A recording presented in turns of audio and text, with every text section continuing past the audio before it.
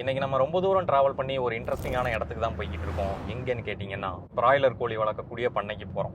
S, இன்னைக்கான content வந்து அதுதான். நிறைய பேர் இதை பற்றி வீடியோ போட சொல்லி கேட்டுகிட்டே இருந்தீங்க. பட் இது டிலே ஆனதுக்கு காரணம் வந்து யாருமே பண்ணைக்குள்ளே விட மாட்டேன்றாங்க. நிறைய இடத்துல விசாரித்தோம், பட் அவங்க வந்து அலோவ் பண்ணுறதுக்கு தயங்குறாங்க. அதனால் அவங்களுக்கு எதுவும் பிரச்சனை வந்துருமோ அப்படின்னு சொல்லி பயப்படுறாங்க. ஸோ இன்னைக்கு நம்ம எடிட்டருக்கு தெரிஞ்சவர் ஒருத்தர் வந்து பண்ண வச்சிருக்காரு. அவர் வந்து அலோவ் பண்ணுறாரு. அண்ட் அண்ணனும் வந்து எப்படியோ நம்ம மேலே இறக்கப்பட்டு அலோவ் பண்ணிட்டாப்ல. அதனால் உள்ளே போய் நம்ம பார்க்கலாம் என்னென்ன விஷயங்கள் உள்ளே கொடுக்குறாங்க, அதுக்கு தீவனமாக என்ன போடுறாங்க, அண்ட் அதை எப்படி மெயின்டைன் பண்ணுறாங்க, அண்ட் அது ஆரோக்கியமான முறையில் வளர்க்குறாங்களா, இல்லை அதை சாப்பிட்றதுனால நமக்கு எதுவும் பிரச்சனை வருமா. ஸோ இந்த மாதிரி விஷயங்கள் எல்லாத்தையும் நம்ம டீட்டெயிலாக தெரிஞ்சுக்கலாம். கண்டென்ட் ஆரம்பிக்கிறதுக்கு முன்னாடி ஒரு விஷயம் சொல்லிக்க விரும்புகிறேன். நம்மளோட வீடியோஸை யூஸ்வலாக ஷேர் பண்ணி விடுங்க அப்படின்னு சொல்லுவேன். பட் இந்த வீடியோவை ஷேர் பண்ணாதீங்க. நீங்கள் பார்க்குறீங்க அப்படின்னா நீங்கள் மட்டும் பார்த்து பயனடைஞ்சுங்க. தேவையில்லாமல் ஷேர் பண்ணி என்னைய பிரச்சனைகளை இழுத்து விட்டு போயிடாதீங்க. ஸோ கூடுமான அளவு இந்த வீடியோ பெருசாக ஒன்றும் ட்ரெண்டிங் ஆகணுன்ற அவசியம் கிடையாது. எனக்கு வியூஸ் வரலைனாலும் பிரச்சனை இல்லை, வருமானம் வரலைனாலும் பிரச்சனை இல்லை. இவன் எப்படி சொல்ல மாட்டானே. நீங்கள் யாருக்கும் ஷேர் பண்ணாமல் நீங்கள் மட்டும் பார்த்துட்டு சைலண்ட்டாக இருந்துருங்க. ஃபர்ஸ்ட்டு இந்த பிராய்லர் கோழி எப்படி உருவாச்சு அப்படின்றத தெரிஞ்சுக்கலாம். இந்த பிராய்லர் அப்படின்ற பேர் இருக்கு இல்லையா, இது பொதுவாக நம்ம அந்த கோழியோட இனத்தை குறிப்பிடுது அப்படின்னு சொல்லி தான் நம்ம நினச்சிட்டு இருந்திருப்போம். ஆனால் அப்படி கிடையாது. இந்த பிராய்லருக்கு அர்த்தம் என்ன அப்படின்னு சொல்லி கேட்டிங்கன்னா, பிராய்லிங் அப்படின்றத குறிப்பிடக்கூடியது, அதாவது சுட்டெரிக்கிறது இல்லை வறுத்தெடுக்கிறது, அந்த மாதிரியான விஷயங்களை குறிப்பிடக்கூடியது. அப்போ ஒரு கோழி சுட்டெரிக்கிற தன்மைக்கு வந்துருச்சு இல்லை வறுத்தெடுக்கிற தன்மைக்கு வந்துருச்சு அப்படின்ற பட்சத்தில் அதை பிராய்லர் கோழி அப்படின்னு சொல்லி குறிப்பிடுறாங்க. சிம்பிளா சொல்லணும்னா சமையலுக்கு உகந்த ஒரு கோழி. ஆரம்பத்தில் இதை பிராய்லர் அப்படின்னு சொல்லி குறிப்பிட்டிருந்தாங்க. அதே பேர் இப்பவும் தொடருது. இப்போ அந்த கோழியோட இனம் என்ன அப்படின்றத நம்ம தெரிஞ்சுப்போம். இந்த கோழியோட பிரீட்ஸோட சில வகைகளை நீங்க எப்போ ஸ்கிரீன்ல பார்க்க முடியும். நியூ ஹாம்ஷயர், ஒயிட் பிளைமவுத் ராக்கு, ரோட் ஐலாண்ட் ரெட்டு, இதெல்லாம் அமெரிக்கன் கிளாஸ் அப்படின்னு சொல்லி குறிப்பிடுறாங்க. அதுக்கு அடுத்தபடியா லெகானு, மினார்கா அண்ட் இந்தியன் பிரீட்ஸ் வந்து பார்த்தீங்க அப்படின்னா அசிலு, அப்புறமா கடக்நாத்து, இந்த மாதிரியான பிரீட்ஸும் வந்து இருக்குது. ஸோ அந்த பிரீட் அப்படின்னு சொல்லக்கூடிய இந்த இனத்தை பொறுத்து தான் அந்த கோழியோட பண்புகளும் வந்து மாறுபடும். ஒரு இனம் வந்து நல்லா சண்டை போடக்கூடிய இனமாக இருக்கும், இன்னொரு இனம் வந்து நல்லா சீக்கிரமே வளரக்கூடிய இனமாக இருக்கும், இன்னொரு இனம் வந்து நல்ல முட்டை போடக்கூடிய திறன் கொண்டதாக இருக்கும். ஸோ அந்த மாதிரி ஒவ்வொரு இனமும் வந்து மாறுபடும். இங்கே கீழே பார்த்தீங்க அப்படின்னா கமர்ஷியல் பிராய்லர் ஸ்ட்ரெயின்ஸ் அப்படின்னு சொல்லி குறிப்பிட்டிருக்காங்க. இதில் எக்ஸாம்பிள் வந்து காபு, ஹப்பார்டு, லோமானு, அனாக் 2000 அப்படின்ற மாதிரி பல்வேறு விதமான நேம்ஸ் வந்து கொடுத்துருக்காங்க. இதெல்லாம் வந்து பிரீட்ஸா அப்படின்னு சொல்லி கேட்டிங்கன்னா கிடையாது. இது வந்து ஹைபிரிட்ஸ். என்னப்பா புதுசா ஏதோ சொல்றியே அப்படின்னு சொல்லி கேட்டிங்கன்னா, இந்த பிரீட் அப்படின்றது என்னன்னு சொல்லி கேட்டிங்கன்னா ஒரு இனம். நான் முன்னாடியே சொன்ன மாதிரி ஒரு இனம். இந்த பிரீட்லேயே வந்து செலக்டிவ் பிரீடிங் வந்து பண்ணுவாங்க. அதாவது ஒரு பிரீடுக்குள்ளேயே, இப்போ உதாரணமா அசில் அப்படின்னு சொல்லக்கூடிய ஒரு கோழி இனம் இருக்கு. அந்த கோழி இனத்துக்குள்ளேயே ஒரு சில கோழிகள் நல்ல சண்டை போடக்கூடிய திறன் கொண்டதா இருக்கும். இன்னொரு வித கோழி வந்து அதோட மசில் நல்ல குரோத் ஆயிருக்கும், நல்ல அது வளர்ச்சி வந்து நல்லா இருக்கும். ஸோ இந்த ரெண்டு கோழியையும் செலக்ட் பண்ணி அதை இனப்பெருக்கம் செய்ய வைக்கிறது மூலமா அதுல ஒரு குஞ்சு வரும், அதுல ஒரு கோழி வரும் இல்லையா. அதுல இதோட பண்புகளும் இருக்க வாய்ப்பு இருக்கு, இதோட பண்புகளும் இருக்க வாய்ப்பு இருக்கு. ஸோ இதை பல ஜென்ரேஷனா தொடர்ந்து மாறி மாறி பண்ணி ஒரு குறிப்பிட்ட பண்பை வந்து அந்த கோழிக்கு கொண்டு வருவாங்க. அதை செலக்டிவ் பிரீடிங் அப்படின்னு சொல்லி குறிப்பிடுவாங்க. இப்போ நான் சொன்னது வந்து ட்ரூ பிரீடிங் அப்படின்னு சொல்லுவாங்க. ஒரே இனத்துக்குள்ளேயே இந்த மாதிரியா செலக்ட் பண்ணி இனப்பெருக்கம் செய்ய வைக்கிறது. அதே ட்ரூ பிரீடிங் இல்லாம கிராஸ் பிரீடிங் அப்படின்றது இருந்துச்சு அப்படின்னா, ஸோ கோழி வகைகளுக்குள்ளேயே வந்து வேற பிரீடை எடுத்துட்டு வந்து கிராஸ் பிரீடிங் பண்ணுவாங்க. உதாரணமா இந்தியன் பிரீட்ஸான அசில் அப்படின்ற பிரீடை எடுத்துட்டு போய் கடக்நாத்தோட கொண்டு போய் கிராஸ் பிரீடிங் பண்ணுவாங்க. ஸோ அப்படி பண்றது மூலமா கிடைக்கக்கூடிய கோழியில என்ன மாதிரியான தன்மைகள் இருக்கு, அவங்களுக்கு தேவையான தன்மைகள் கிடைச்சிருக்கா அப்படின்ற மாதிரி விஷயங்களை பார்ப்பாங்க. இதை வந்து இயற்கையான பிரீடிங் அப்படின்னு சொல்லலாம். அது என்னப்பா இயற்கையான பிரீடிங் அப்படின்னு சொல்லி கேட்டீங்கன்னா, இங்க ரெண்டு விதமான வெவ்வேறு இன கோழிகள் வந்து ஒன்னோட இன்னொன்னு இனப்பெருக்கம் செய்யுதா, அப்படி செஞ்சு வரக்கூடிய ஆஃப் ஸ்பிரிங், அதாவது அந்த குஞ்சு இருக்கு இல்லையா, அந்த குஞ்சு வளரும் போது அதுக்கு கோழிக்கான தன்மைகள் எல்லாமே இருக்கும். அது என்ன கோழிக்கான தன்மைகள்? கோழி அப்படின்றது காலையில கூவும், சேவல் கூவும், அது வந்து இறை தேட போகும், இனப்பெருக்கம் செய்யும், முட்டையிடும், அடை காக்கும், குஞ்சு பொரிக்கும். இந்த மாதிரியான கோழிக்கான தன்மைகள் எல்லாமே ஆரம்பத்திலிருந்து இறுதி வரைக்கும் ஒரு கோழி என்னென்ன பண்ணணுமோ அதோட ப்ரொசீஜர்ஸ் எல்லாமே இந்த கோழிக்கு வந்து தெரியும். ஆனால் இந்த ஹைபிரிட்னு ஒரு மேட்டர் சொன்னேன் இல்லையா, அந்த ஹைபிரிட்டுக்கு வந்து அந்த மாதிரி இருக்காது. அப்போ அது செயற்கையான கோழியா அப்படின்னு சொல்லி கேட்டிங்கன்னா, என்னால் டைரக்டாக செயற்கையான கோழி அப்படின்னு சொல்ல முடியாது. பயப்படுறியா குமார்? அது ஒரு இயற்கையற்ற கோழி அப்படின்ற மாதிரி வேணா சொல்லலாம். இந்த ஹைபிரிட்டை இன்னுமே நம்ம நல்லா புரிஞ்சுக்கிறதுக்கு நம்மளோட ஸ்கூல் 10th புக்கே வந்து போதுமானது. நம்ம எல்லாரும் வந்து புக்ஸை நம்ம சரியாக படிக்கிறது கிடையாது. படித்தாலும் அதை ஜஸ்ட் பரீட்சைக்காக மட்டுமே படித்து எழுதிடுறோம். அதை ஸ்கூலில் சொல்லிக் கொடுக்கும்போது ஒரு உதாரணத்தோட ரியல் லைஃப் எக்ஸாம்பிளோட சொல்லிக் கொடுத்தாங்க அப்படின்னா இன்னைக்கு வரைக்கும் ஞாபகம் இருக்கும் அந்த ஹைபிரிட் அப்படின்ற விஷயம் என்னது அப்படின்னு சொல்லி. 10th சயின்ஸ் புக்கில் பேஜ் நம்பர் 291 நீங்கள் சமச்சீர் கல்வியை ஃபாலோ பண்ணுறீங்க அப்படின்னா அதில் அவுட் பிரீடிங் அப்படின்னு சொல்லி ஒன்று போட்டிருப்பாங்க. அதில் பார்த்தீங்க அப்படின்னா கிராஸ் பிரீடிங்கில் வந்து மேல் டாங்கி, ஃபீமேல் ஹார்ஸ், அதாவது ஆண் கழுதை, பெண் குதிரை, இதை ரெண்டத்தையும் மேட் பண்ண விடுறாங்க, இனப்பெருக்கம் செய்ய விடுறாங்க. அதுல இருந்து கிடைக்கக்கூடிய ஒரு குட்டி வந்து பாத்தீங்க அப்படின்னா மியூல் அப்படின்னு சொல்லி குறிப்பிடுறாங்க. அண்ட் இதை பார்க்கறதுக்கு நம்ம ஊர்ல கூட அந்த கோவேரி கழுதை அப்படின்ற மாதிரி ஒன்று சொல்லுவாங்க. அது பார்க்கறதுக்கு குதிரை மாதிரியே இருக்கும், ஆனா கழுதையோட ஹைட்ல தான் இருக்கும். ஸோ அதுவும் இந்த கேட்டகரியில் தான் வரும்னு நினைக்கிறேன், பட் எனக்கு எக்ஸாக்டா தெரியல. இந்த மியூலால என்ன அட்வான்டேஜ் அப்படின்னு சொல்லி கேட்டீங்கன்னா, ஹார்ஸுக்கு இருக்கக்கூடிய அந்த ஸ்ட்ரென்த்து, அந்த இன்டெலிஜென்ட், அந்த பவர், அது எல்லாமே வந்து இதுக்கு கொஞ்சம் இருக்கும். ஸோ அப்படின்ற பட்சத்தில் நம்ம இதை ஒரு தொடர்ந்து ரொம்ப நேரம் இதை வேலை செய்ய வச்சாலும் கூட இதை கண்டினியூஸாக வேலை செய்ய வைக்க முடியும். ஸோ நம்ம எப்படி அம்மா லேப்டாப்புக்கு 4GB RAM போட்டு அதை கொஞ்சம் அப்கிரேட் பண்ணுறோமோ, அதே மாதிரி ஒரு கழுதையை அந்த குதிரையோட இனப்பெருக்கம் செய்ய விட்டு கிடைக்கக்கூடிய குட்டியை வந்து ஒரு அப்கிரேடட் குட்டியாக நம்ம உருவாக்குறோம். வெர்ஷன் 2.0. இதில் என்னப்பா பிரச்சனை? அம்மா லேப்டாப் ஸ்பீடாக ஒர்க் ஆகிற மாதிரி இந்த அரகுர குதிரையும் ஓரளவுக்கு ஸ்பீடாக ஒர்க் ஆகாதா அப்படின்ற மாதிரி நீங்கள் யோசிக்கலாம். ஆனால் இதில் சில பிரச்சனைகளும் இருக்குது. இது ஹைபிரிட் தான் அப்படின்றதுனால இந்த குட்டியால் இனப்பெருக்கம் செய்யவோ இல்லை இனப்பெருக்கம் செஞ்சாலும் அது மூலமாக இன்னொரு குட்டியவோ உருவாக்க முடியாது. அண்ட் இன்னொரு விஷயம் நீங்க பிராக்டிக்கலா யோசிச்சு பாருங்க, குதிரை இருக்கிற உயரம் எவ்வளவு, கழுதை இருக்கிற உயரம் எவ்வளவு. ஸோ அது ரெண்டுத்துக்கும் இனப்பெருக்கம் நடக்கிறது அப்படின்றது இயற்கையா சாத்தியம் இல்லாத ஒரு விஷயம். இவ்வளவுக்கும் இதுல ஃபீமேல் ஹார்ஸ், மேல் டாங்கி. ஸோ இது கொஞ்சம் கேட்கறதுக்கு அக்லியா இருக்கலாம், பட் அதோட உண்மை தன்மையை நீங்க புரிஞ்சு பாருங்க. ஸோ ஒரு இயற்கையா இந்த மாதிரியான ஒரு விஷயம் நடக்குமா அப்படின்னு சொல்லி கேட்டீங்கன்னா நடக்காது. அப்போ இது செயற்கையா மேன்மேடு அப்படின்றதுக்கு அர்த்தம் என்னன்னா, மனிதன் தான் அதை வற்புறுத்தி அந்த இதை செலுத்தி அதுக்கப்புறமா வந்து அந்த ஒரு குட்டியை உருவாக்குறான். அப்போ அது மேன்மேடு பை ப்ராடக்ட் தானே தவிர இது ஒரு நேச்சர் ப்ராடக்ட் கிடையாது. எவ்வளவு கேவலமான பிறவிங்க இல்ல நம்ம இங்க பார்த்தது வந்து ஒரு உதாரணம் தான். ஹைபிரிட்ல அவுட் பிரீடிங் அப்படின்ற மெத்தட்ல 2 ஸ்பீஷிஸ்க்கு இடையில இனப்பெருக்கம் செய்ய வைக்கிறத நம்ம பார்த்தோம். பட் எல்லாமே வந்து 2 ஸ்பீஷிஸ்க்கு இடையில நடக்கும் அப்படின்றது கிடையாது.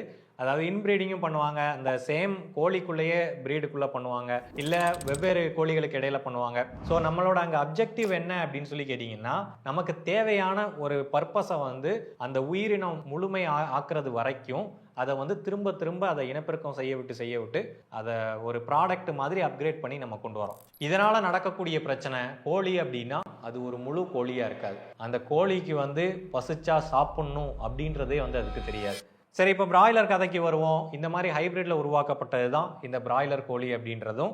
இந்த காபு, ஹப்பாடு, லோஹ்மான் இதெல்லாம் வந்து ஹைபிரிட்ஸ் தான். பிராய்லர் அப்படின்றது கறிக்காக உருவாக்கப்பட்ட ஒரு கோழி. இது உருவாக்கப்பட்டது ஃபார்முலா வந்து ரொம்ப சிம்பிள் தான். FCR அப்படின்னு சொல்லி சொல்லுவாங்க, ஃபுட் கன்வர்ஷன் ரேஷியோ. நம்ம எவ்வளவு தீவனம் போடுறோமோ அந்த தீவனம் அதுக்கு அப்படியே இறைச்சியாக மாறணும் அப்படின்ற அந்த ரேஷியோ இருக்கு இல்லையா. நான் 100% தீவனம் போட்டிருக்கேன்ப்பா, நீ 100% நீ அதை இறைச்சியாக அந்த கோழி மாற்றிருச்சு அப்படின்னா விச் இஸ் குட். அதுதான் வந்து ஃபைனலான பர்ஃபெக்டான ப்ராடக்ட். ஆனால் அது 100% மாற்றலை, வெறும் 90% மாற்றிருக்கு அப்படின்னா நமக்கு 10% லாஸ். அதனால் வந்து என்ன பண்ணுவோம் அப்படின்னா, மறுபடியும் அந்த கோழியை எடுத்து மறுபடியும் இன்னொரு கோழியோட நம்ம இனப்பெருக்கம் செஞ்சு இன்னொரு ப்ராடக்டை உருவாக்குவோம், அந்த ப்ராடக்டில் டெஸ்ட் பண்ணுவோம். ஸோ அந்த மாதிரி இது வந்து ஒரு அப்கிரேட் மாதிரி. இந்த FCR அதை 100% அச்சீவ் பண்ணுற வரைக்கும் இந்த அப்கிரேட் அப்படின்றது நடந்துக்கிட்டே தான் இருக்கும். அது மட்டும் இல்லாமல் சீக்கிரமே எனக்கு நீ 2.5 கிலோ வந்து அடையணும், 40-45 நாள்லாம் வந்து ரொம்ப அதிகம். நீ வந்து ஒரு 35 நாள் 30 நாளுக்குள்ளேயே வந்து அந்த கோழி வந்து எனக்கு முழுவதுமாக ஒரு 2.5 கிலோ கோழியாக மாறிடணும். ஏன்னா அப்போ தான் நான் கடைக்கு இமீடியட்டாக அனுப்ப முடியும், எனக்கு கொடுக்கக்கூடிய உணவோட அளவும் வந்து கம்மியாகும். ஸோ இந்த ஃபார்முலா அடிப்படையிலையும் இது வந்து உருவாக்கப்படுது. இது வந்து பியூரான ஒரு ஹைபிரிட் ப்ராடக்ட். கோழின்னு கூட இதை நம்ம முழுசாக சொல்ல முடியாது. ஏன்னா கோழி அப்படின்னா நம்ம முன்னாடியே சொன்ன மாதிரி கூவணும், இல்லை இறை தேடணும், இல்லை அதுக்கு இனப்பெருக்கம் செய்யணும், முட்டையிடணும், அந்த மாதிரியான கேப்பபிலிட்டி இதுக்கு இருக்காது. ஏன்னா இதால் இனப்பெருக்கம் செய்ய முடியாது, இதால் 40 நாளைக்கு மேலே முழுவதுமாக வாழ முடியாது. ஏன்னா ஹார்ட் அட்டாக் வந்து செத்து போயிடும், இது அதிகமான மீட்டை கேரி பண்ணுது அப்படின்றதுனால. ஸோ இதோட லைஃப் சைக்கிளும் சின்னது, உருவாக்கப்பட்டதுக்கான பர்பஸும் வந்து பியூராக கறிக்காக மட்டும்தான். இதில் வந்து இப்போ பலர் வந்து கமெண்ட் பண்ணலாம், நாங்கள் பிராய்லர் கோழியை வளர்த்துருக்கோம், இனப்பெருக்கம் செஞ்சுருக்கோம், முட்டையிட வச்சுருக்கோம், அந்த முட்டையையும் பொறிக்க வச்சுருக்கோம் அப்படின்ற மாதிரியும் நீங்கள் சொல்லலாம். அதுவும் நடக்கும். அது அவங்களோட மேட்ரு கிடையாது, மீட்டு தான் மேட்ரு. இப்போ 10,000 கோழி இருக்குது அப்படின்னா 10,000 கோழியும் இனப்பெருக்கம் செய்யுமா அப்படின்னு சொல்லி கேட்டிங்கன்னா செய்யாது. அதில் ஹார்ட்லி ஒரு 1000 கோழி வேணால் இனப்பெருக்கத்துக்கான கேப்பபிலிட்டி அதுக்கு இருக்கும். இதே கதை தான் இந்த முட்டையிடுற கோழிக்கும். முட்டையிடுற கோழி முட்டையிடுவதற்காக மட்டுமே உருவாக்கப்பட்டது. அதுலேருந்து உங்களுக்கு குஞ்சு வருமா அப்படின்னு சொல்லி கேட்டிங்கன்னா குஞ்சும் வராது, ஒன்றும் வராது. நீங்கள் இந்த விதையற்ற பழத்தை பற்றி நம்ம வீடியோ போட்டோம் இல்லையா, அதே கதை தான் இங்கேயும். இப்போ இது போடக்கூடிய முட்டையில் வந்து குஞ்சுலாம் வராது. அந்த மேபி 1-2 தப்பி தவறி அந்த முட்டையில் வந்து குஞ்சு வருமே தவிர எல்லா முட்டையிலாம் குஞ்சு வராது. இந்த முட்டை மேட்ருக்கு நம்ம பின்னாடி டீட்டெயிலாக வீடியோ வச்சிருக்கோம், அதை இதுக்குள்ளே கொண்டு வர வேணாம். இப்போதைக்கு பிராய்லரை மட்டும் இப்போ நம்ம பண்ணைக்குள்ளே போய் பார்த்துரும். அண்ட் கோழி பண்ணைக்கு வீடியோ எடுக்க போகணும்னு சொன்னால் பின்னாடி பார்த்தீங்கன்னா ஒரு கூட்டம் ஏறி உட்காந்துருக்காங்க. எதுக்காகன்னு சொல்லி கேட்டிங்கன்னா, இவங்களாம் வீடியோ எடுத்து முடிச்சுட்டு குத்தாலத்துக்கு கூட்டு போகணுமா. சரி, ஓகே, நம்மளும் போய் ரொம்ப நாள் ஆச்சு அப்படின்றதுனால வீடியோ முடிச்சுட்டு நாங்கள் குத்தாலத்தில் போய் என்ஜாய் பண்ணிட்டு அப்புறம் கண்டென்ட்டை கண்டினியூ பண்ணோம். அண்ட் இன்னொரு விஷயம், நம்ம அந்த மாதிரி ப்ராடக்ட்ஸை பற்றி பேசும்போதோ இல்லை ஒரு சில பொருட்களை பற்றி பேசும்போது நிறைய பேர் என்ன நினைக்கிறாங்க அப்படின்னா, வியாபாரத்துக்கு எடுக்கிறோம், நம்ம சொன்னதுனால அந்த வியாபாரம் வந்து பாதிக்கப்பட்டுருச்சு அப்படின்ற மாதிரி நினைக்கிறாங்க. நம்மளோட எண்ணம் வந்து யாரோட வியாபாரத்தையும் கெடுக்கணும் இல்லை அவங்களோட வாழ்வாதாரத்தை குறைக்கணும் அப்படின்றது நோக்கம் கிடையாது. நம்மளோட எண்ணம் வந்து உண்மையாக மக்களுக்கு கொண்டு போய் சேர்க்கணும். நம்ம வீடியோ போடும்போது என்ன ஆக்சுவலாக இருக்குதோ அதில் உள்ளதை மட்டும்தான் சொல்லுவோம். மற்றபடி வேணும்னே இல்லாததை நம்ம சொல்கிறது கிடையாது. இந்த மாதிரி உள்ளதை சொல்கிறதுனால எங்களுக்கும் நிறைய பிரச்சனைகள் வருது, வழக்கு இருக்குது, அண்ட் லீகல் நோட்டீஸ்க்கு நிறைய ரிப்ளை பண்ணிகிட்டு இருக்கோம். ஸோ இந்த மாதிரி பிரச்சனைகளையும் நாங்கள் ஃபேஸ் பண்ணிட்டு தான் இருக்கோம். ஸோ கோழி பண்ணைக்கு வந்துட்டோம். ஸோ நம்ம கூட கலிலியோ அண்ணன் வந்திருக்காப்ல.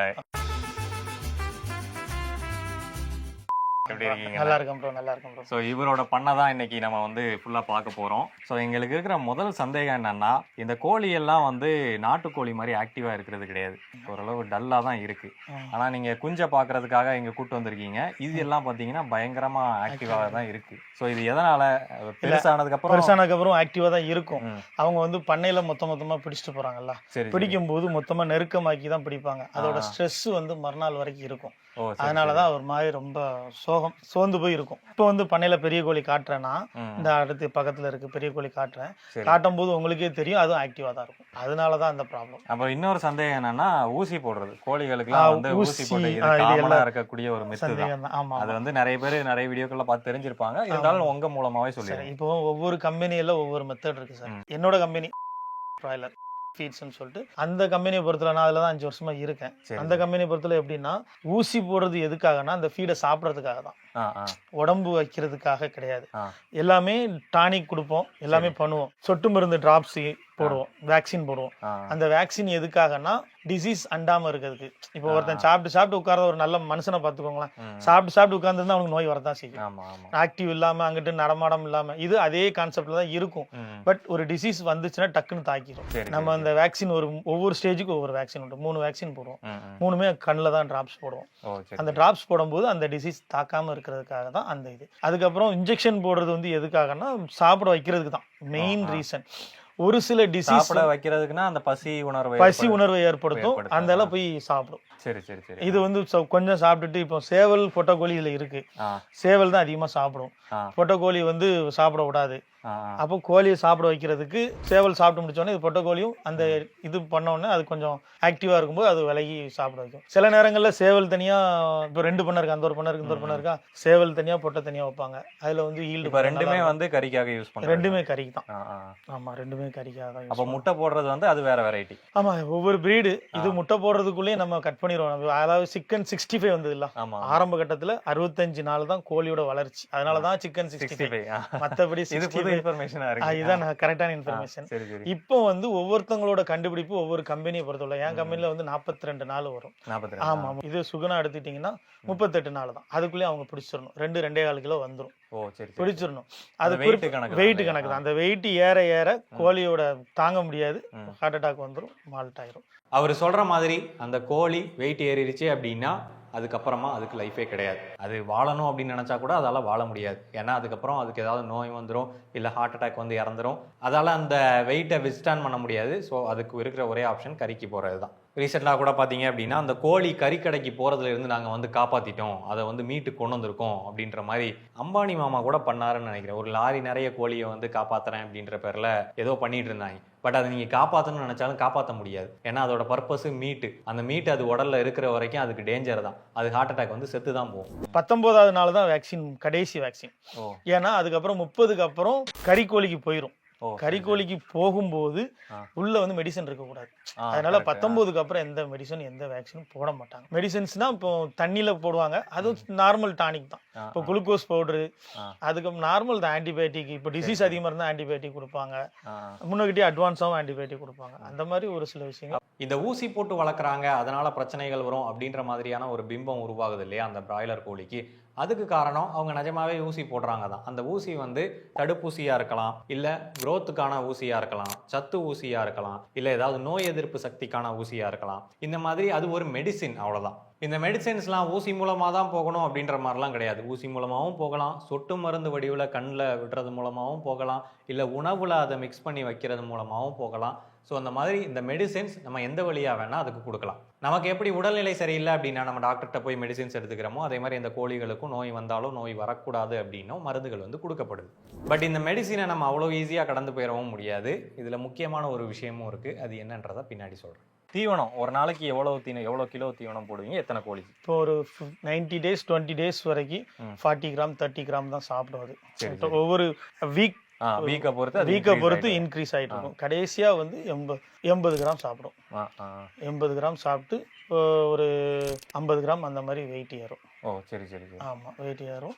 இதுவும் ஒவ்வொரு ப்ரீடை பொறுத்து தான், இப்போ ஒவ்வொரு கம்பெனியை பொறுத்து. அவரை குறிப்பிடக்கூடிய இந்த கம்பெனிகள்லாம் என்ன அப்படின்னு சொல்லி கேட்டிங்கன்னா, இவங்க தான் இந்த பிராய்லர் கோழியோட மூதாதையர்கள், அதாவது கிராண்ட் பேரண்ட்ஸ் இவங்களெல்லாம் வச்சிருக்கக்கூடியவங்க. இந்த பிராய்லர் கோழியை நான் எல்லாரும் எடுத்து பிஸ்னஸ் பண்ண முடியும் அப்படின்னா சிம்பிளாக எல்லாராலையும் வந்து அதை வந்து இனப்பெருக்கம் பண்ண வச்சு முட்டைகளை உருவாக்கி குஞ்சாக்கி பண்ணிட முடியும் இல்லையா? ஆனால் இதில் அப்படி பண்ண முடியாது. அதுக்குன்னு கிராண்ட் பேரண்ட்ஸ் இருக்கும். அந்த கிராண்ட் பேரண்ட்ஸ் மட்டும்தான் அதோட பேரண்ட்ஸை வந்து உருவாக்கும். ஸோ அந்த பேரண்ட்ஸ் தான் வந்து முட்டையிடும். அந்த முட்டையை இவங்க கோழியாக மாற்றும் போது தான் இந்த பிராய்லர் அப்படின்றது உருவாகுது.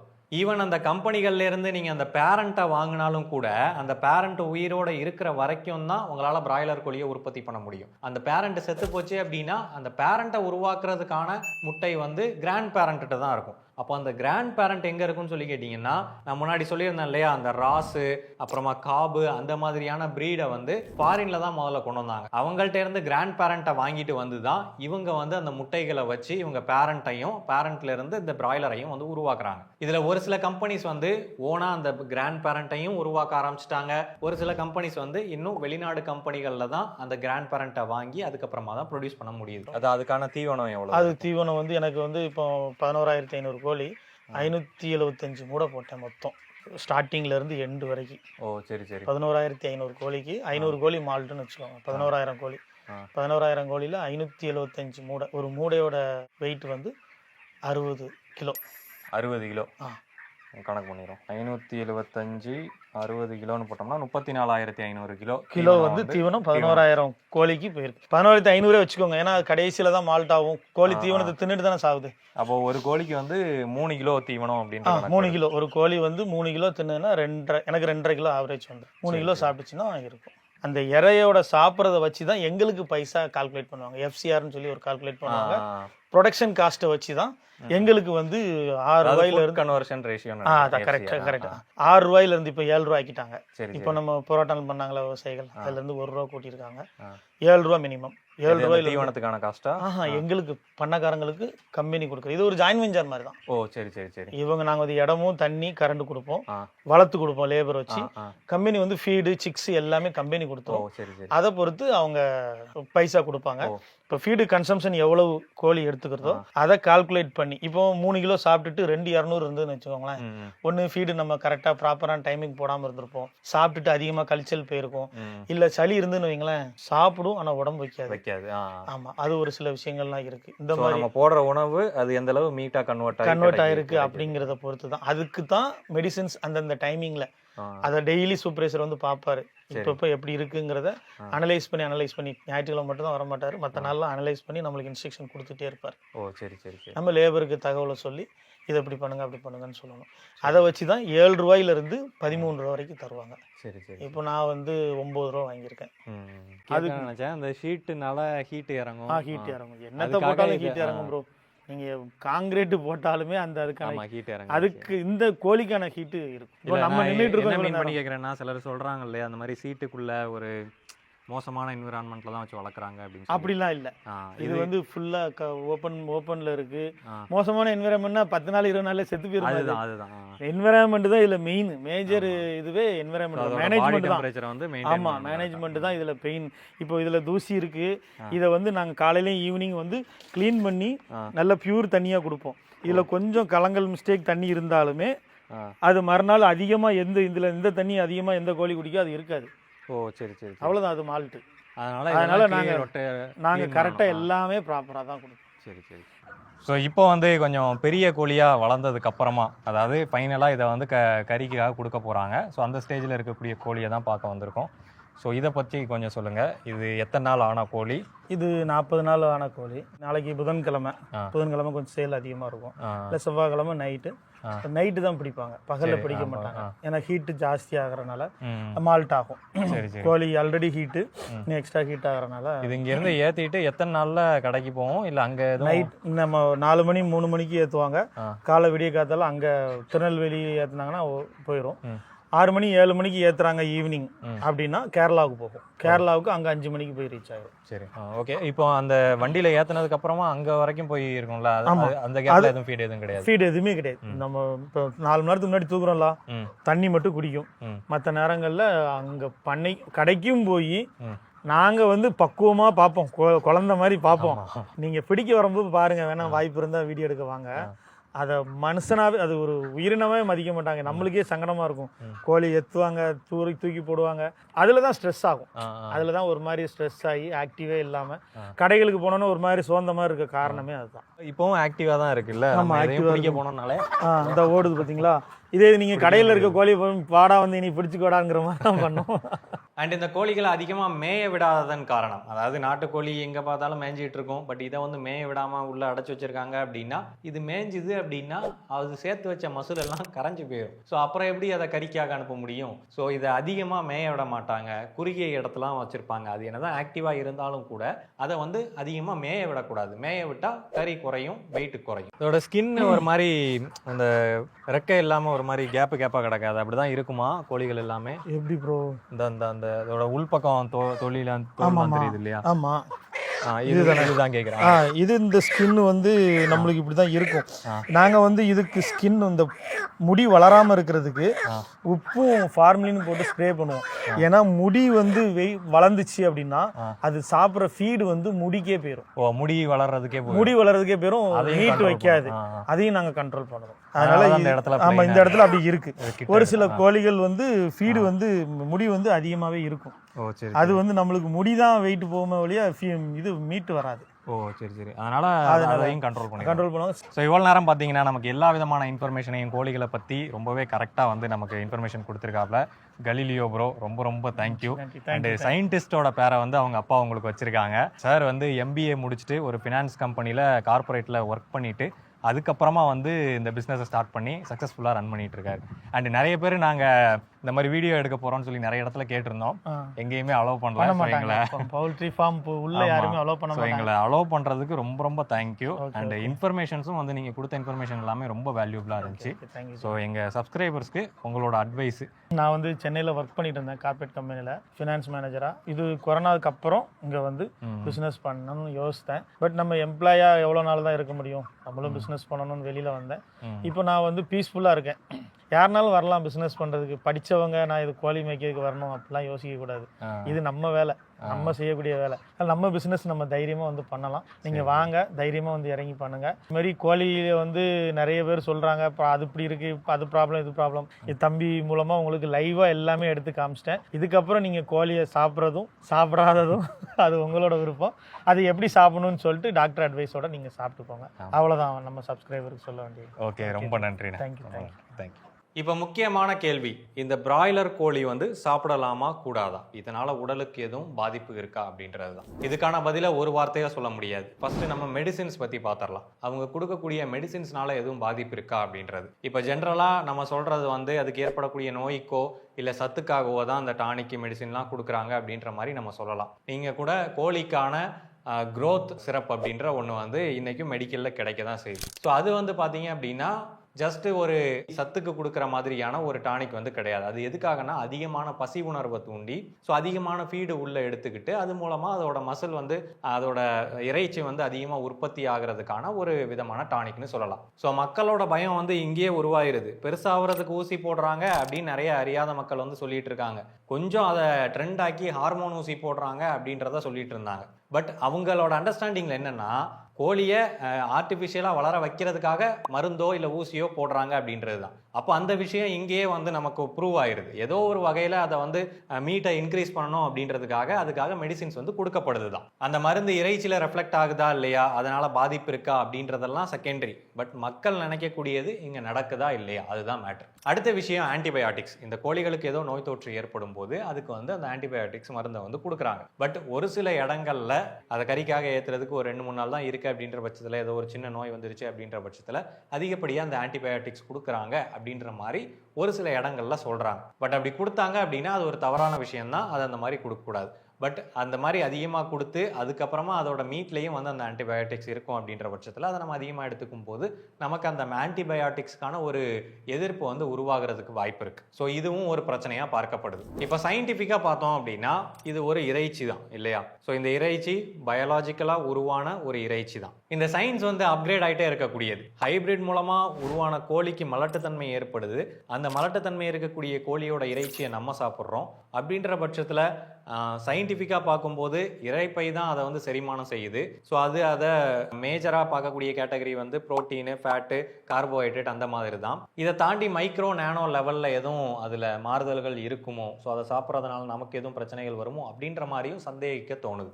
அடுத்த விஷயம், இதை ட்ரெடிஷ்னலாவோ மோரலாவோ பார்த்தோம் அப்படின்னா இது வந்து ஒரு முழுமை அடையாத ஒரு கோழின்னு சொல்லலாம். கோழிக்கான எல்லா பண்புகளும் இதுக்கு இருக்கான்னு சொல்லி கேட்டிங்கன்னா கிடையாது. சரி, இந்த கோழி இறைச்சிக்கான டிமாண்ட் வந்து இன்னைக்கு அதிகமாக இருக்கு இல்லையா, அதை பூர்த்தி பண்ணணும் அப்படின்னா அது பிராய்லர் கோழியால மட்டும்தான் முடியும். ஸோ சயின்டிஃபிக்கலி இது வந்து ஒரு பெர்ஃபெக்ட் மீட். ஸோ உங்களுக்கு ஒரு பெர்ஃபெக்டான மீட் வேணும் அப்படின்னு சொல்லி நினைச்சீங்கன்னா அதுக்கு பிராய்லர் கோழி வந்து ஒரு பெஸ்ட் சாய்ஸ். இந்த வீட்டிலலாம் கறி வைக்கும் போது நல்ல வெடக்கோழியா அடிச்சு வைப்பா அப்படின்ற மாதிரி சொல்லுவாங்கல்ல. ஸோ நம்ம சாப்பிடக்கூடிய பிராய்லர் கோழி எல்லாமே வந்து வெடக்கோழி தான். கறியும் வந்து நல்லா சாஃப்டா சுவையா இருக்கும், நம்மளோட தேவையையும் பூர்த்தி பண்ணும். இதை நம்ம சாப்பிடலாமா வேணாமா அப்படின்னு சொல்லி கேட்டிங்கன்னா என்ன கேட்டிங்கன்னா வாரத்துக்கு இதை ஒரு முறை எடுத்துக்கிறதுல எந்த பிரச்சனையும் கிடையாது. நான் வாரத்துக்கு ஒரு முறை, அதிக ஒரு சில வாரங்களில் 2 முறையும் எடுத்துக்கிறேன். ஸோ அது உங்களோட தேவையை பொறுத்தது.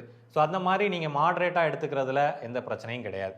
அதே நீங்கள் ரெகுலராக டெய்லியும் பிராய்லர் கோழியை சாப்பிட்றீங்க அப்படின்னா நீங்கள் கொஞ்சம் யோசிக்கணும். நான் வந்து அந்த மாதிரி சாப்பிட மாட்டேன். ஸோ ஃபைனலாக இந்த பிராய்லர் கோழி பற்றி நான் சொல்ல வர்றது என்னென்னா, இது மோசம்லாம் கிடையாது, எல்லாரும் சாப்பிட்லாம். இன்றைக்கி உலகமே வந்து அந்த மாதிரி தான் இருக்குது. ஸோ அதனால் அதோட தன்மையை தான் நான் உங்களுக்கு வந்து எக்ஸ்பிளைன் பண்ணேன். ஸோ அதில் மலட்டுத்தன்மை இருக்குது. இன்றைக்கி விளையக்கூடிய நிறைய காய்கறிகளுக்கும் வந்து மலட்டுத்தன்மை இருக்குது. ஹைப்ரிட் தக்காளி இருக்கு இல்லையா, அதோட விதையை எடுத்து நீங்கள் திரும்ப போட்டிங்கன்னா அது விளையாது. விதையே இல்லாமல் கூட நிறைய விஷயங்கள் வருது, அதை பற்றியும் வீடியோ பண்ணியிருக்கோம். ஸோ அந்த மாதிரி உலகமே இன்றைக்கி அந்த மாதிரி தான். நம்மளோட டிமாண்டை பூர்த்தி பண்ணணும் அப்படின்றதுக்காக இந்த மாதிரி விஷயங்களையும் தேடி நம்ம போக வேண்டியதாக இருக்குது. ஸோ அதனால் பார்த்தேன். இவ்வளோதான் அந்த வீடியோ. அந்த வீடியோ உங்களுக்கு பிடிச்சிருக்கும், புரிஞ்சிருக்கும் அப்படின்னு சொல்லி நம்புகிறேன்.